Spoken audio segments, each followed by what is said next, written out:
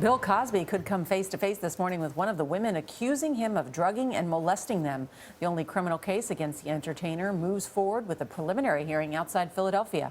Prosecutors claim the 2004 encounter between Cosby and then Temple University employee Andrea Constand was criminal sexual assault. CBS News legal expert Rikki Klieman is here. Good morning, Rikki. Good morning. All right, so what are we going to see in court today? Well, the choice is really up to the prosecution.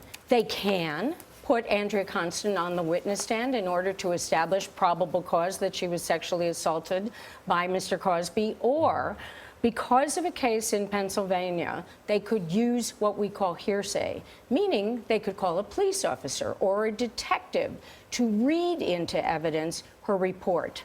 I will confess that when I thought about this yesterday, I said, well, of course they're going to call her because we want to see her and we want to see how strong she is, and they want to put on a show. I don't mean that inappropriately. They want the world to see.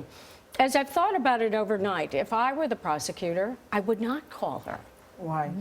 Because of the risks involved. The risks involved are exactly that you play into the defense attorney's hands. What does a defense lawyer want out of a preliminary hearing? Defense lawyers love preliminary hearings because they get to cross-examine the key witness. And what they get to do is to trap the witness in a statement, get the witness to commit to something that perhaps later on they might want to contradict themselves and they're stuck because it's under oath, and also to discover, that is, to find out information. Why did she go back to his home after she alleges she was sexually assaulted?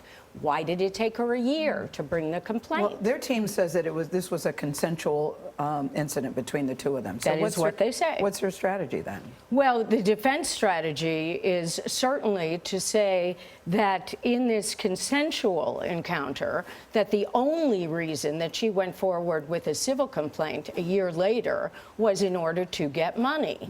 So they really want to paint her in a very unflattering way. What about some of the details we learned from these 2005 and 2006 deposition about quaaludes, about sexual encounters with teens? I mean, pretty grisly stuff. Grisly, yes, gruesome, and plain creepy. And what we find out from those kinds of admissions that were made by Mr. Cosby in various depositions is they'll fight about them at the trial, and they may fight about them today.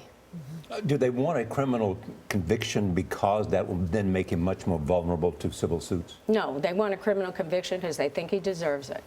All right. Thank you very much, Rikki Klieman.